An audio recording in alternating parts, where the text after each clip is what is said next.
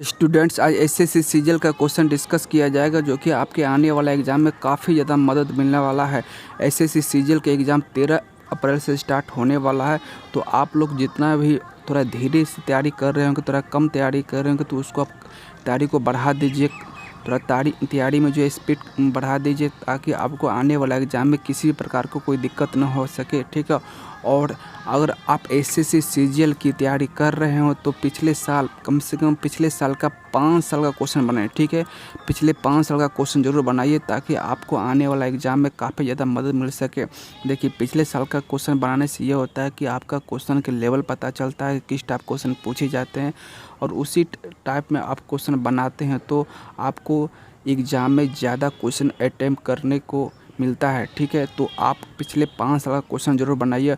और आप ये भी जानिए कि एसएससी सीजीएल के एग्ज़ाम में इंग्लिश हो या जीके जीएस हो, क्वेश्चन रिपीट करता है। पिछले साल के क्वेश्चन में आपको रिपीट करेगा, तो कम से कम पिछले 5 साल का क्वेश्चन बनाइए ताकि आपको आने वाला एग्ज़ाम में काफ़ी ज़्यादा बेनिफिट हो सके, ठीक है।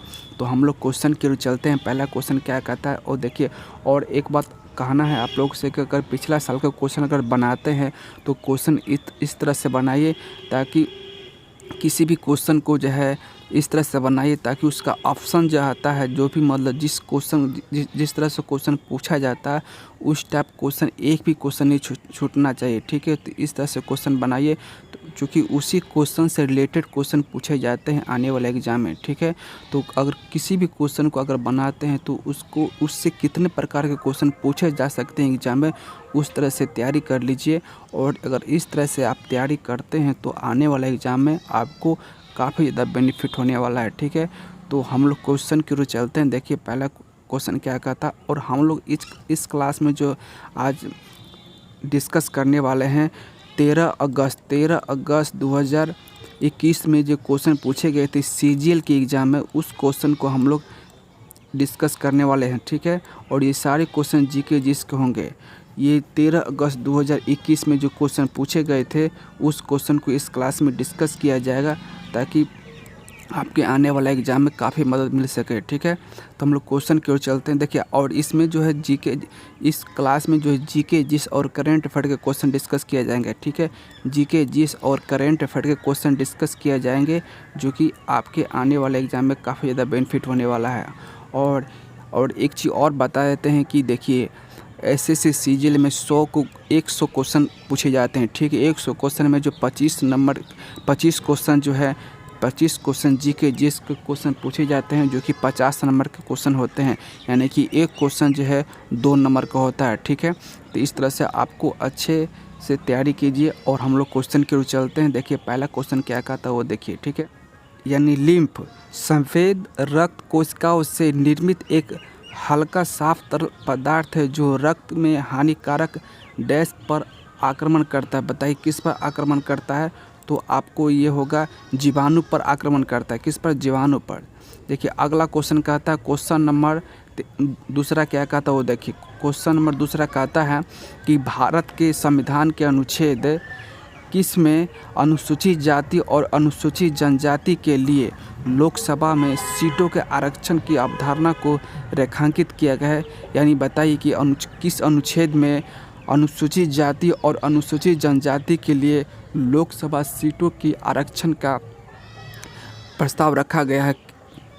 कौन सा अनुच्छेद है, इसका जवाब दीजिए। तो अनुच्छेद 330 में जो है अनुसूचित जाति और अनुसूचित जनजाति के लिए लोकसभा सीटों के आरक्षण के लिए उसमें चर्चा किया गया है, ठीक है। तो इसको भी ध्यान रखिएगा, ठीक है।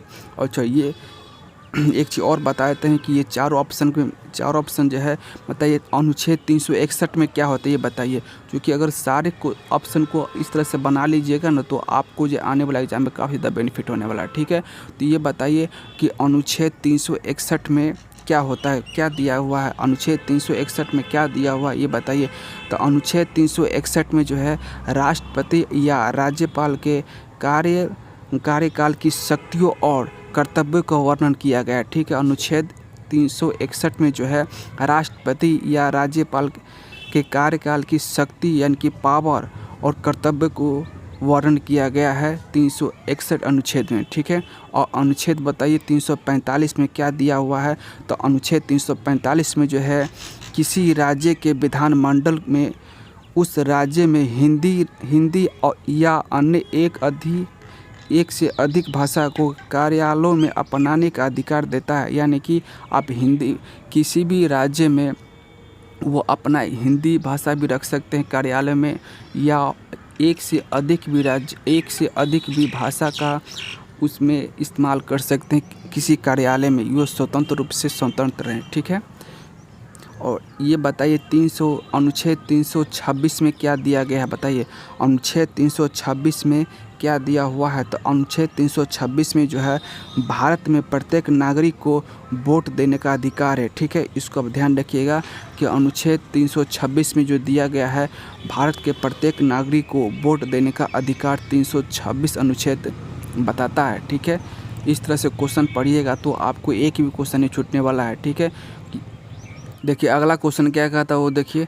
अगला क्वेश्चन आपके सामने ये रहा, चंद्रनगर यानी चंदन नगर 23 मार्च 1757 को ब्रिटिश नौसेना द्वारा कब्जा कर ली गई एक कौन सा कॉलोनी था, ये बताइए कौन सा कॉलोनी था। चंद्रनगर 23 मार्च 1757 को ब्रिटिश नौसेना द्वारा कब्जा कर ली गई थी, वो कौन सा कॉलोनी था, इसका जवाब दीजिए। तो फ्रेंच का कॉलोनी था। किसका था? फ्रेंच का कॉलोनी था, जो कि 23 मार्च 1757 को 57 को ब्रिटिश नौसेना द्वारा कब्जा कर लिया गया था, ठीक है। अगला क्वेश्चन आपके सामने ये रहा, देखिए अगला क्वेश्चन क्या कहता है। क्वेश्चन नंबर 4 क्या कहता है वो देखिए। क्वेश्चन नंबर 4 कहता है रेमन मैग्सेसे पुरस्कार की शुरुआत कब की गई थी, बताइए रेमन मैग्सेसे पुरस्कार की शुरुआत कब की गई थी, इसका जवाब दीजिए। तो रेमन मैग्सेसे पुरस्कार की शुरुआत कब की गई थी, इसका जवाब दीजिए। रेमन मैग्सेसे पुरस्कार की शुरुआत कब की गई थी, तो इसकी शुरुआत जो है 1957 में किया गया था। कब किया गया था? 1957 ईस्वी में किया गया था। रेमन मैग्सेसे पुरस्कार की शुरुआत 1957 ईस्वी में किया गया था, ठीक है। चलिए अगला क्वेश्चन, थोड़ा इससे और रिलेटेड क्वेश्चन बताए थे ताकि उसको आने वाला एग्जाम में काफ़ी मदद मिल सके, ठीक है। ये बताइए रेमन मैग्सेसे पुरस्कार की शुरुआत जो हुआ था कहाँ से हुआ था, ये बताइए, इसका जवाब दीजिए। तो रेमन मैग्सेसे पुरस्कार की शुरुआत जो है कहाँ से हुआ था, तो फिलीपींस देश से हुआ था। कहाँ से हुआ था? फिलीपींस देश से हुआ था, ठीक है। और ये बताइए रेमन मैग्सेसे पुरस्कार जो देते हैं कौन फाउंडेशन देते हैं, ये बताइए। तो ये जो है रेमन मैग्सेसे पुरस्कार फाउंडेशन के द्वारा ही शुरू किया गया था इसका, ठीक है। और ये बताइए कौन देश रेमन मैग्सेसे पुरस्कार देता है, तो फिलीपींस देश द्वारा दिया जाता है रेमन मैग्सेसे पुरस्कार, ठीक है। और ये बताइए कि रेमन मैग्सेसे पुरस्कार जो है किस लिए दिया जाता है, तो फिलीपींस के भूतपूर्व राष्ट्रपति रेमन मैग्सेसे की याद में दिया जाता है, ठीक है। और ये बताइए कि भारत में सबसे पहले रेमन मैग्सेसे पुरस्कार किनको दिया गया था, ये भी क्वेश्चन पूछा जा सकता है कि भारत में सबसे पहले रेमन मैग्सेसे पुरस्कार किनको दिया गया था, तो विनोबा भावे को, ठीक हो। किनको दिया गया था? आचार्य विनोबा भावे को दिया गया था, ठीक है। और कब दिया गया था? तो 1998 में दिया गया था। कब दिया गया था? 1998 में दिया गया था। आचार्य विनोबा भावे को जो है सबसे पहले रेमन मैग्सेसे पुरस्कार दिया गया था, ठीक है। चलिए अगर महिला की बात की जाए तो भारत में सबसे पहले रेमन मैग्सेसे पुरस्कार महिला में किसको दिया गया था, तो इनको दिया गया था मदर टेरेसा को दिया गया था। किनको दिया गया था? तो मदर टेरेसा को दिया गया था, ठीक है। और कब दिया गया था? तो 1962 में दिया गया था। कब दिया गया था? 1962 में जो है मदर टेरेसा को रेमन मैग्सेसे पुरस्कार दिया गया था, ठीक है। इसको भी ध्यान रखिएगा, ठीक है। और ये बताइए कि अभी तक जो है रेमन मैग्सेसे पुरस्कार, इसको पहले हटा देते हैं, इसके बाद बताते हैं आपको कि रेमन मैग्सेसे पुरस्कार जो है अभी तक भारत में कितने लोगों को मिल चुका है, तो रेमन मैग्सेसे पुरस्कार जो है अभी तक भारत में 54 लोगों को मिल चुका है, ठीक है। और ये बताइए, अच्छा एक चीज़ और बताते हैं कि रेमन मैग्सेसे पुरस्कार जो है एशिया के नोबेल पुरस्कार के रूप में भी जाना जाता है, ठीक है। रेमन मैग्सेसे पुरस्कार जो है एशिया के नोबेल पुरस्कार के रूप में भी जाना जाता है, ठीक है। अच्छा, नोबेल पुरस्कार की बात किया गया है तो ये बताइए नोबेल पुरस्कार की शुरुआत कब की गई थी, बताइए नोबेल पुरस्कार की शुरुआत कब की गई थी। नोबेल पुरस्कार की शुरुआत कब की गई थी तो 1901 ईस्वी में किया गया था, ठीक है। 1901 ईस्वी में जो है नोबेल पुरस्कार की शुरुआत किया गया था। ये बताइए कि नोबेल पुरस्कार किन किन क्षेत्रों में, कितने क्षेत्रों में दिया जाता है, ये बताइए। नोबेल पुरस्कार जो है 6 क्षेत्र में दिया जाता है, 6 क्षेत्र में दिया जाता है, ठीक है। नोबेल पुरस्कार जो है 6 क्षेत्र में दिया जाता है, ठीक है। वो कौन कौन सा क्षेत्र ये हमको बताइए। नोबेल पुरस्कार जो 6 क्षेत्र में जो दिया जाता है वो कौन कौन से ये बताइए। तो आपको शांति के क्षेत्र में दिया जाता है, इसको भी ध्यान रखिए। देखिए ये सब बहुत इंपॉर्टेंट क्वेश्चन इसलिए आपको बताते हैं, ठीक है। नोबेल पुरस्कार कितने क्षेत्र में दिया जाता है तो 6 क्षेत्र में दिया जाता है, ठीक है। और दूसरा जो है देखिए शांति के क्षेत्र में दिया जाता है, ठीक है। साहित्य के क्षेत्र में दिया जाता है, इसको भी ध्यान रखिएगा। साहित्य के क्षेत्र में दिया जाता है नोबेल पुरस्कार जो है, साहित्य के क्षेत्र में भी दिया जाता है, ठीक है। और आपको बता दें कि भौतिक के क्षेत्र में दिया जाता है, जो भौतिक में अच्छे प्रदर्शन करते हैं जो साइंटिस्ट उनको भी दिया जाता है, तो यानी भौतिक क्षेत्र में दिया जाता है। रसायन के क्षेत्र में दिया जाता है, चिकित्सा विज्ञान के क्षेत्र में दिया जाता है, अर्थशास्त्र के लिए भी दिया जाता है, ठीक है। और ये बताइए कि नोबेल पुरस्कार जो है, नोबेल पुरस्कार में कितने राशि दिए जाते हैं तो $10 लाख, बहुत बड़ा रकम होता है $10 लाख, ठीक है। $10 लाख दिए जाते हैं, ठीक है। और ये बताइए करीब ये जो आपको 8.5 करोड़ होता है, ठीक है। 8.5 करोड़ के लगभग हो जाता है, ठीक है। $10 लाख बहुत बड़ा रकम है, ठीक है। चलिए अगला क्वेश्चन आपको बताते हैं। देखिए क्वेश्चन को इस तरह से पढ़िए कि अगर उस टाइप क्वेश्चन अगर पूछे जाते हैं तो क्वेश्चन छूटना चाहिए। और एक चीज़ हमेशा याद रखिए कि किसी भी क्वेश्चन को और किसी भी एग्ज़ाम में अगर क्वेश्चन पूछा जाता है तो अगले बार जो क्वेश्चन पूछे जाते हैं तो उसी क्वेश्चन के इर्द गिर्द क्वेश्चन पूछे जाते हैं, ठीक है। अगर जीके जेस की बात किया जाए तो उसी के देखिए सिलेबस तो सबका सब दिन एक ही रहता है, लगभग सब दिन एक ही रहता है, ठीक है। तो उसी क्वेश्चन के इर्द गिर्द क्वेश्चन बनते हैं। तो जो भी क्वेश्चन बनाते हैं ना तो पिछले साल का क्वेश्चन उठाते हैं और किस टाइप क्वेश्चन पूछा जाता है उसी टाइप क्वेश्चन वो भी डालते हैं एग्ज़ाम में, ठीक है।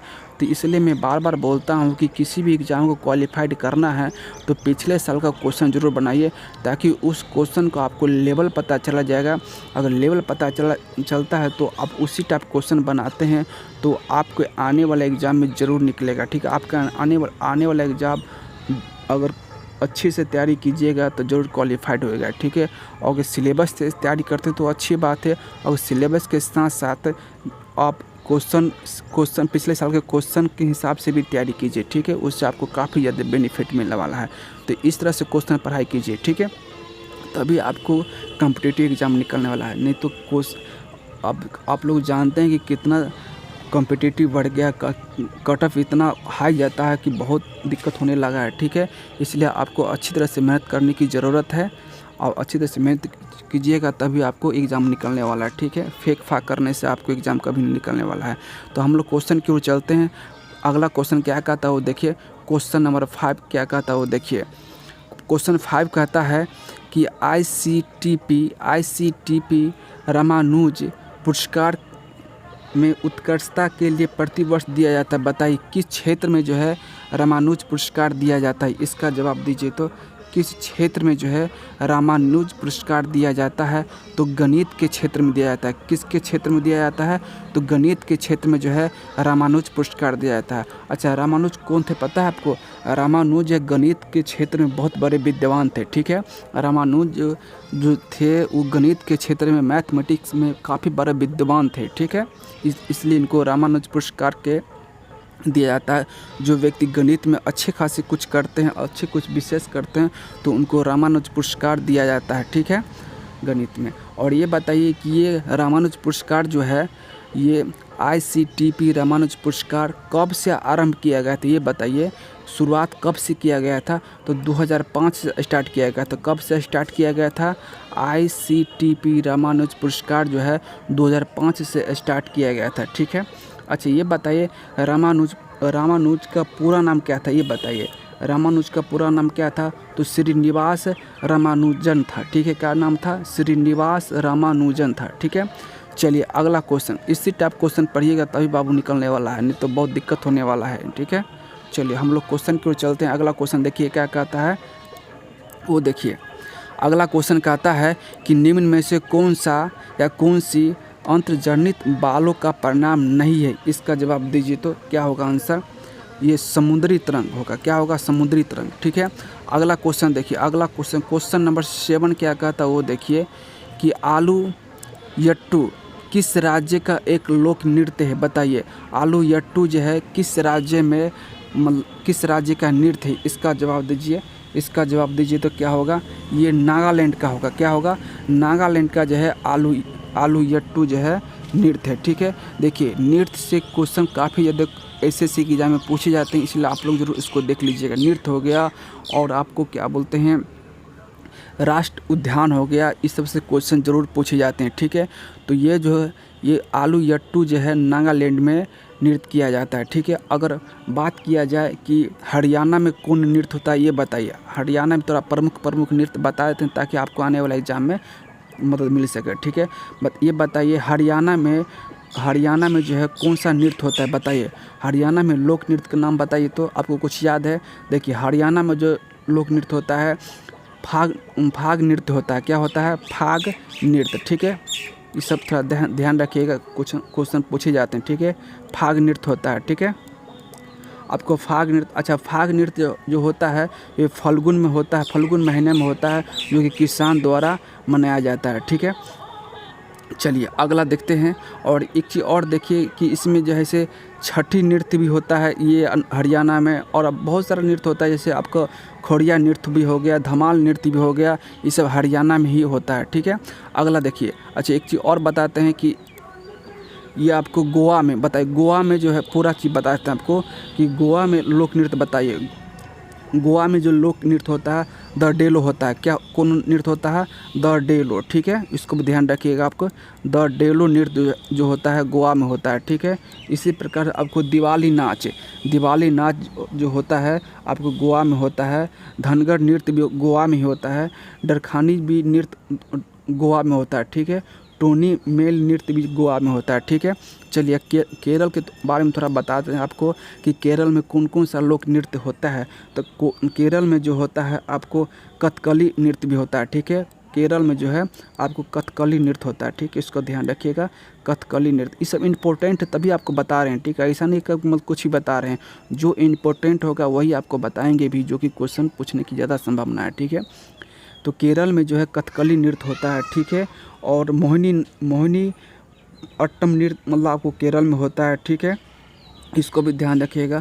कोलपाल नृत्य जो होता है आपको केरल में ही होता है, इसको भी ध्यान रखिएगा। ठीक है, अगला क्वेश्चन देखिए, क्वेश्चन को इस तरह से पढ़ लीजिए ताकि उस टाइप क्वेश्चन छूटना ना चाहिए एकदम 100%। ठीक है, चलिए 8वां नंबर क्वेश्चन क्या कहता है वो देखिए। 8वां नंबर क्वेश्चन कहता है कि अखिल भारतीय हरिजन सेवक संघ की स्थापना निम्न में से किस वर्ष में हुआ था? बताइए कि अखिल भारतीय हरिजन सेवा संघ की स्थापना कब हुआ था? इसका जवाब दीजिए। तो 1932 ईस्वी में हुआ था। कब हुआ था? 1932 ईस्वी में जो है आपको अखिल भारतीय हरिजन सेवा संघ की स्थापना हुआ था। कब हुआ था? 1932 ईस्वी में अखिल भारतीय हरिजन सेवा संघ की स्थापना हुआ था। ठीक है, इसको आप थोड़ा ध्यान रखिएगा। ये बताइए कि अखिल भारतीय हरिजन सेवा संघ की स्थापना 1932 में हुआ, तो बात तो सही है। कौन किया था ये बताइए। अखिल भारतीय हरिजन सेवा संघ की स्थापना कौन किया था? इसका जवाब दीजिए। इसका जवाब दीजिए तो महात्मा गांधी किए थे। कौन किए थे? अखिल भारतीय हरिजन सेवा संघ की स्थापना जो है महात्मा गांधी किए थे। कौन किए थे? महात्मा गांधी किए थे। ठीक है, इसको आप ध्यान रखिएगा। ठीक है, महात्मा गांधी अखिल भारतीय हरिजन सेवा संघ की स्थापना किए थे। ठीक है, अच्छा चलिए ठीक है। अच्छा एक चीज़ और बताते हैं आपको कि हरिजन शब्द जो है सबसे पहले कौन दिए थे ये बताइए। हरिजन शब्द SC/ST के लिए जो है SC/ST के लिए आपको हरिजन शब्द पहले कौन दिए थे ये बताइए। तो SC/ST के लिए जो हरिजन शब्द का जो इस्तेमाल किए थे वो आपको महात्मा गांधी ही बोले थे। SC/ST को जो है हरिजन जो बोले थे महात्मा गांधी ही बोले थे, ठीक है। इसको भी आप ध्यान रखिएगा, ठीक है। चलिए अगला क्वेश्चन आपको बताते हैं। देखिए क्वेश्चन को अच्छी तरह से पढ़ाई कीजिए, तभी आपको एग्जाम निकलने वाला है, ठीक है। देखिए अगला क्वेश्चन कहता है गर्भनाल में कितने धमनियाँ होती है, बताइए। गर्भनाल में जो है कितनी धमनियाँ होती है, इसका जवाब दीजिए। तो इसका आंसर क्या होगा? तो 2 होती हैं। कितनी होती है? तो 2, ठीक है। गर्भनाल में जो है 2 धमनियाँ होती है, इसको ध्यान रखिएगा, ठीक है। और इसमें थोड़ा और विशेष आपको बता देते हैं कि गर्भनाल में तो दो धमनियाँ जरूर होती है, ठीक है। और ये 3 रक्त वाहिका होती है। कितने होती है? 3 जो है रक्त वाहिका होती है और 1 शिरा होता है, ठीक। इसको भी ध्यान रखिएगा कि गर्भनाल में जो है 2 धमनियाँ होती है और 3 आपको रक्त वाहिका होती है और 1 जो है शिरा होता है, ठीक है। इसको भी ध्यान रखिएगा, ठीक है। चलिए अगला क्वेश्चन आपके सामने ये रहा। अगला क्वेश्चन क्या कहता है वो देखिए। अगला क्वेश्चन आपके सामने ये रहा, देखिए कि निम्न अर्थशास्त्रियों में से किसने हिंदू वृद्धि दर शब्दावली का सुझाव दिया था, बताइए। 10 का जवाब दीजिए। तो क्या कहता है? क्वेश्चन नंबर 10वां में क्या कहता है कि निम्न अर्थशास्त्रों में से किसने हिंदू वृद्धि दर शब्दावली का सुझाव दिया था? कौन दिए थे, बताइए। तो राजकृष्ण दिए थे। कौन दिए थे? राजकृष्ण, ठीक है। अच्छा कहाँ दिए थे ये बताइए, किस सभा में दिए थे? तो ये जो है आपको अमेरिका इकोनॉमिक्स एसोसिएशन सभा में बोले थे, ठीक है। और कब बोले थे? तो ये आपको जो है 1981 ईस्वी में बोले थे। कब बोले थे? 1981 ईस्वी में इन्होंने बोले थे कि हिंदू वृद्धि दर के बारे में बोले थे, ठीक है। चलिए अगला क्वेश्चन आपको बताते हैं। अगला क्वेश्चन क्या कहता है? क्वेश्चन नंबर 11 क्या कहता है वो देखिए। क्वेश्चन नंबर 11 कहता है आपका, चलिए अगला क्वेश्चन आपको बताते हैं। क्वेश्चन नंबर 11 क्या कहता है वो देखिए। क्वेश्चन नंबर आपका 11 कहता है कि निम्न में से, देखिए क्वेश्चन नंबर 11 कहता है कि निम्न में से कौन सा बौद्ध स्थल उत्तर प्रदेश में स्थित है, बताइए।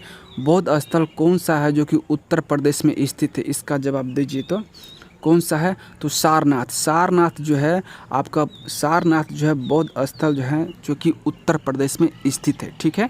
सारनाथ। अच्छा सारनाथ में क्या हुआ था बताइए। तो सारनाथ में क्या हुआ था? तो महात्मा बुद्ध ने अपना पहला प्रवचन दिए थे सारनाथ में, ठीक है। इसको ध्यान रखिए। जब महात्मा बुद्ध की बात किया गया है तो इनको बारे में देखिए काफ़ी क्वेश्चन पूछे जाते हैं और अधिकतर एग्जाम में पूछे जाते हैं महात्मा बुद्ध के बारे में, ठीक है। तो आज हम ऐसा आपको बता रहे हैं कि इनको जन्म से लेकर मृत्यु तक पूरी कहानी की तरह से आपको बताते हैं, तो कि एक भी क्वेश्चन आपसे नहीं छूटने वाला है। चलिए आपको महात्मा बुद्ध के बारे में पूरी चीज़ बताते हैं। देखिए महात्मा बुद्ध का जो है ये बताइए, महात्मा बुद्ध का जन्म कहाँ हुआ था ये बताइए। इसको बारे में आपको बता ही दिए कि सारनाथ बौद्ध तीर्थ स्थल है जो कि बुद्ध जो है महात्मा बुद्ध ने ज्ञान प्राप्ति के बाद प्रथम उपदेश सारनाथ में ही दिए थे, ठीक है। ये तो आपको पता है। जिसको धर्मचक्र या प्रवर्तन के नाम से भी जानते हैं, ठीक है। जिनको हम धर्मचक्र या प्रवर्तन के नाम से भी जानते हैं, ठीक है। इतना तो आप समझ गए हैं। चलिए और एक चीज़ और आपको बताते हैं कि बुद्ध भगवान जो है, महात्मा बुद्ध जो हैं कि पुराणों के अनुसार जो हैं विष्णु जी के 24 अवतार थे, ठीक है। जिसमें कि एक बुद्ध अवतार भी है, ठीक है। इसको भी आप ध्यान रखिएगा। और आपको महात्मा बुद्ध के बारे में बता रहे थे कि महात्मा बुद्ध को जन्म से लेकर मृत्यु तक पूरे उनके बारे में एक चीज़ बताते हैं, ताकि महात्मा बुद्ध से अगर क्वेश्चन पूछे जाते हैं तो क्वेश्चन नहीं छूटना चाहिए, ठीक है। तो ये बताइए महात्मा बुद्ध का जन्म कहाँ हुआ था, ये बताइए।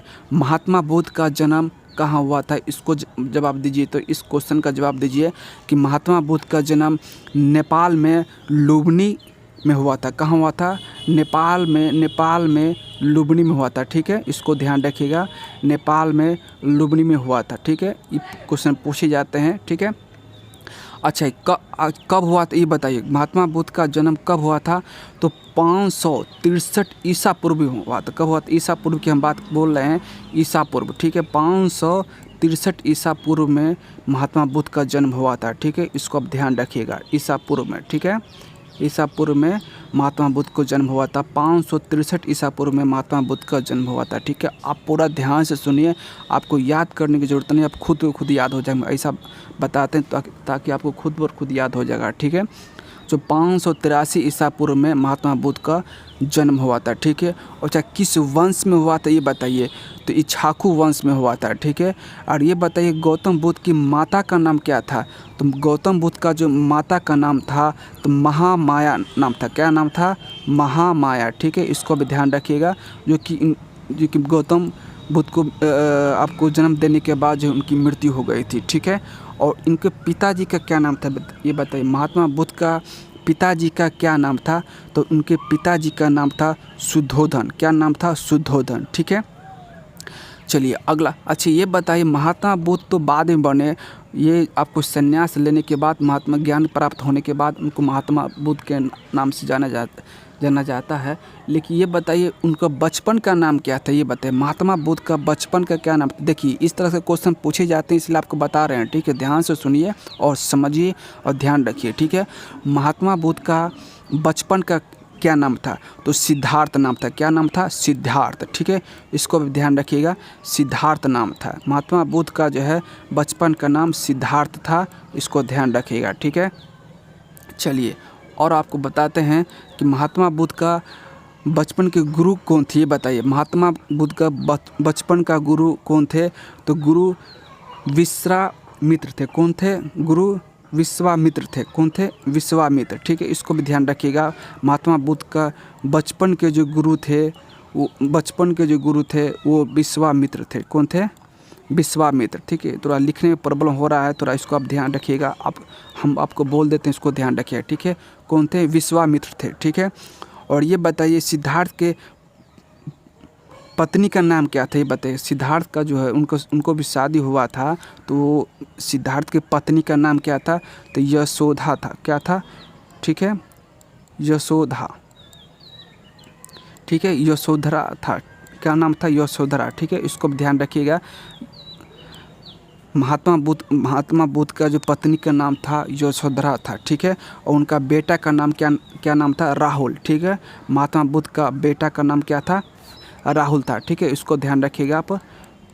ठीक है, और आपको बताते हैं कि महात्मा बुद्ध जो है वो संन्यास लेने के बाद जो है प्रथम गुरु कौन थे? ये बताइए।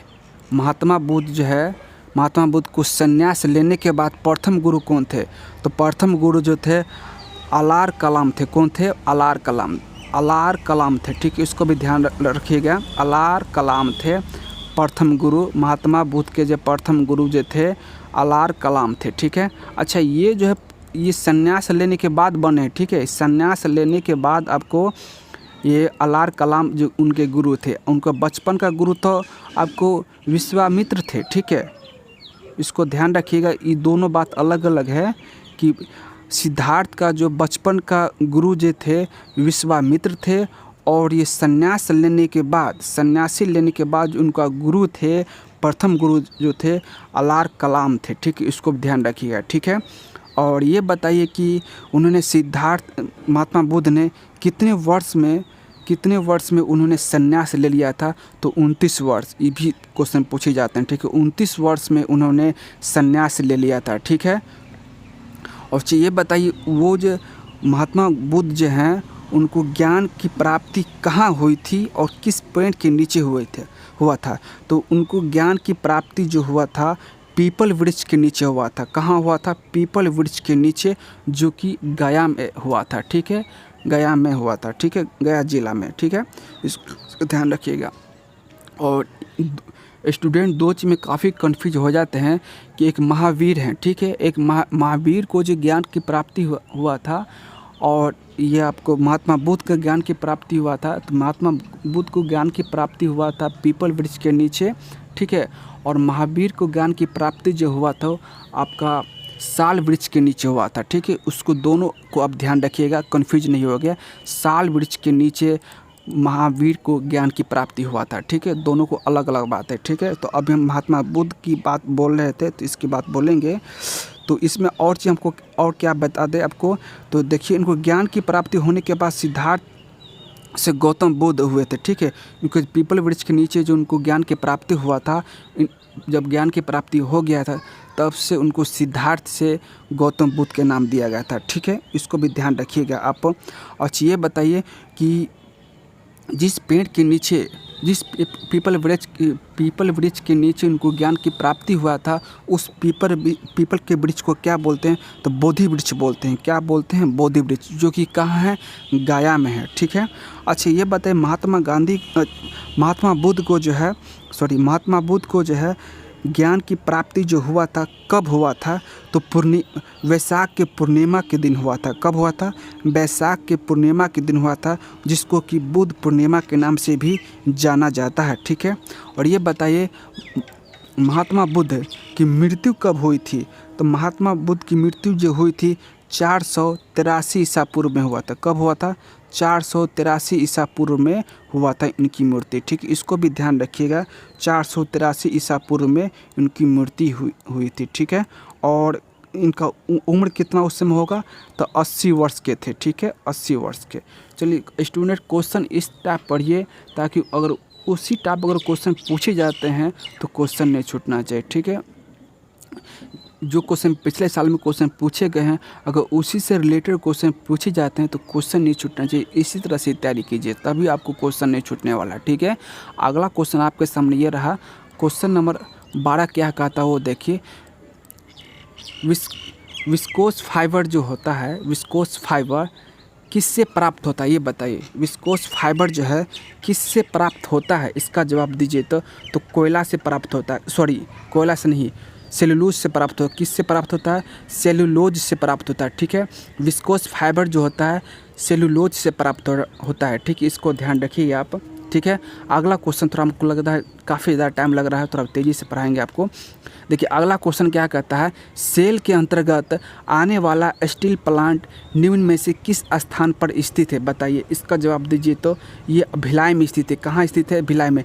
जिस सेल के अंतर्गत आने वाले स्टील प्लांट जो है कहाँ स्थित है? तो भिलाई में स्थित है, ठीक है। इसको चलिए अगला क्वेश्चन आपके सामने ये रहा। अगला क्वेश्चन क्या कहता है वो देखिए, थोड़ा स्पीड करते हैं क्वेश्चन को, थोड़ा स्पीड पढ़ाएंगे भाई क्योंकि टाइम ज़्यादा लग रहा है, ठीक है। देखिए अगला क्वेश्चन क्या कहता है कि एक तरंग के लिए एक आवर्तकाल द्वारा विभाजित तरंगदैर्घ्य किसके बराबर होता है ये बताइए। तो क्वेश्चन इसका जवाब दीजिए। तो किसके बराबर होगा? तो ये तरंग वेग के बराबर होगा। किसके बराबर होगा? तरंग वेग के बराबर होगा, ठीक है। अगला क्वेश्चन आपके सामने ये रहा। अगला क्वेश्चन देखिए क्या कहता है। अगला क्वेश्चन आपके सामने कहता है कि निम्न में से कौन सी ब्रह्मपुत्र नदी की एक सहायक नदी है जो भूटान से होकर बहती है? बताइए कौन सा होगा? तो ये आपको पूना त्यांग छू होगा। क्या होगा? पूना त्यांग छू, ठीक है। अगला क्वेश्चन है, अगला क्वेश्चन क्या है? अगला क्वेश्चन, सिखों का प्रसिद्ध तीर्थ स्थल श्री हरमंदिर साहिब कहाँ स्थित है बताइए। 16वां का जवाब क्या होगा? अमृतसर। क्या होगा? अमृतसर में, ठीक है। इसको भी थोड़ा ध्यान रखिएगा। अगला क्वेश्चन देखिए, अगला क्वेश्चन क्या कहता है। देखिए अगला क्वेश्चन क्या कहता है कि जनवरी 2021 में गुलमर्ग में आयोजित 10वीं राष्ट्रीय आइस हॉकी देखिए अगला क्वेश्चन क्या कहता है आपके सामने। देखिए अगला क्वेश्चन आपके सामने ये रहा। क्वेश्चन नंबर 17 क्या कहता है कि जनवरी 2021 में गुलमर्ग में आयोजित 10वीं राष्ट्रीय आइस हॉकी चैंपियनशिप ट्रॉफी का विजेता निम्न में से कौन है ये बताइए। इसका जवाब दीजिए। तो आपका इसका ये जो है भारतीय तिब्बत सीमा पुलिस यानी कि ITBP होगा, ठीक है। ये आंसर होगा, ठीक है।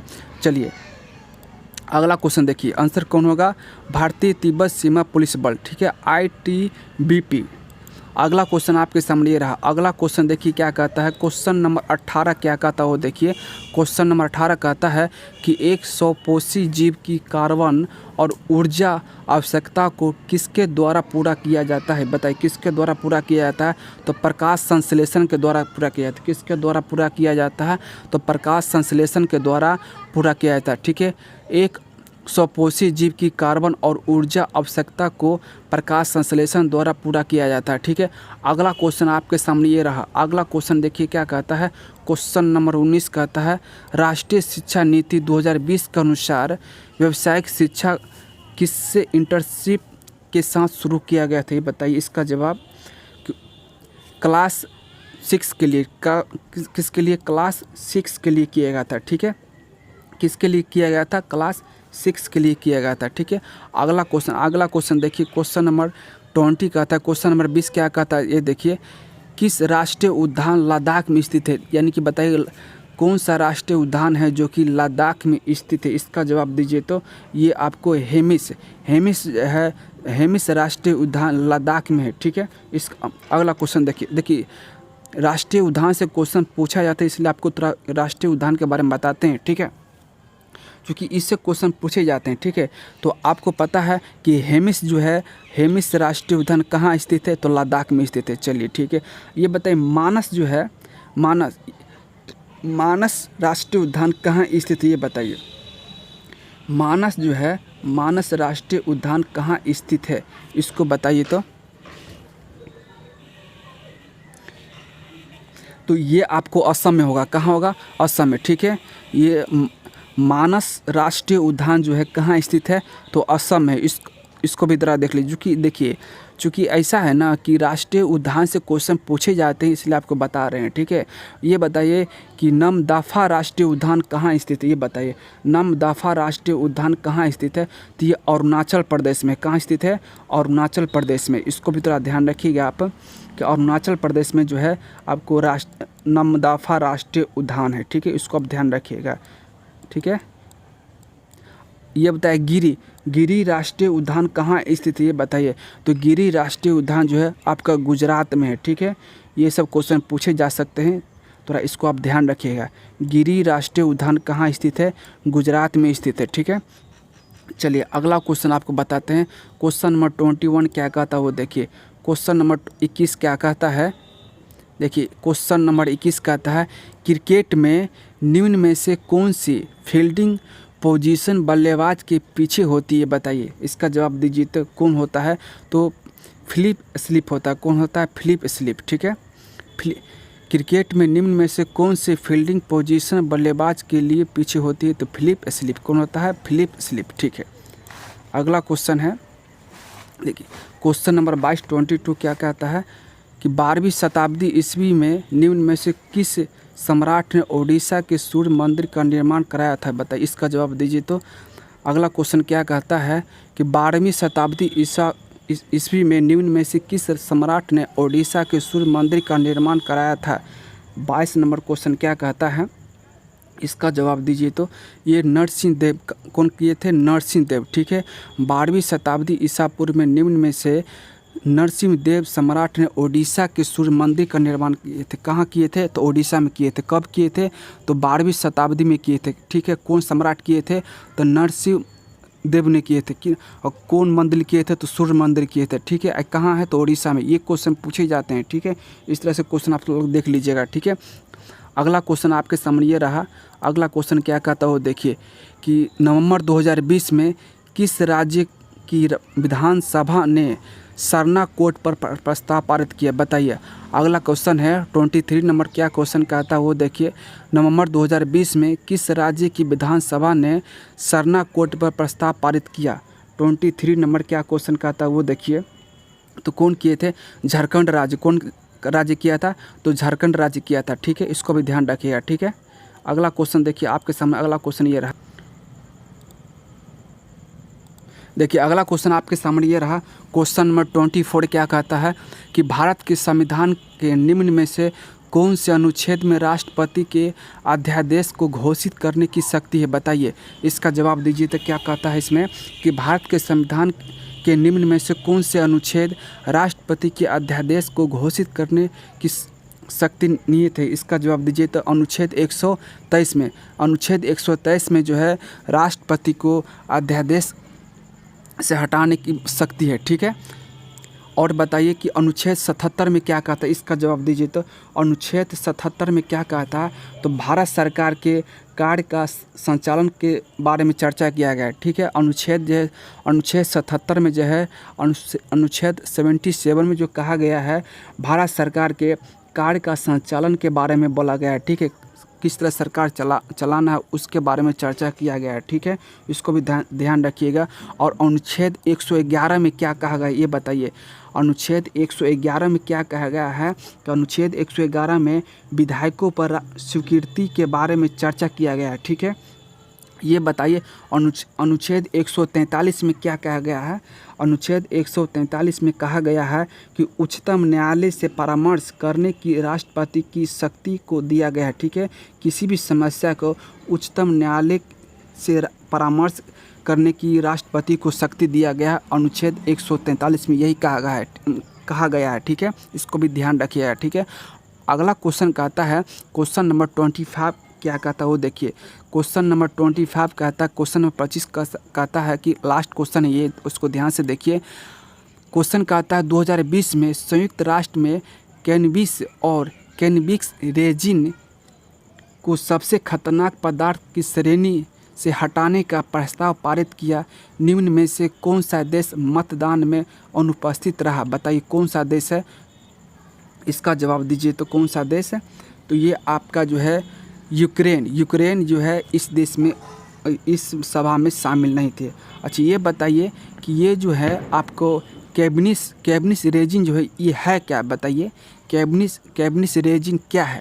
तो ये एक पदार्थ का, ये समझिए कि ये एक नशा का पदार्थ है जो कि इसको गांजा बोला जाता है। ठीक है, गांजा जो है जिसको गांजा बोला जाता है, जो कि नशे के यूज में किया, मतलब नशे के इस्तेमाल में किया जाता है इसको। ठीक है, नशे के लिए इस्तेमाल किया जाता है, ये जिससे कि उसको चरस भी बनाया जाता है। ठीक है, गांजा से चरस बनाया जाता है। चाहे कई पदार्थ के नशे वाले पदार्थ बनाया जाता है जो कि आदमी इस्तेमाल करता है, जो कि उससे काफ़ी ज़्यादा नशा होता है। ठीक है, हालांकि बहुत खतरनाक। ठीक है, तो स्टूडेंट ये सारे क्वेश्चन जो है आपको 2021 में जो क्वेश्चन पूछे गए थे एसएससी सीजीएल के एग्ज़ाम में, जीके जिसका ये सारे क्वेश्चन थे, और हमने पूरा प्रयास किया कि पूरा अच्छी तरह से डिस्कशन करने का। अगर ये वीडियो अगर आपको थोड़ा भी अच्छा लगा हुआ होगा तो आप मेरे चैनल को सब्सक्राइब कर सकते हैं। बहुत बहुत धन्यवाद।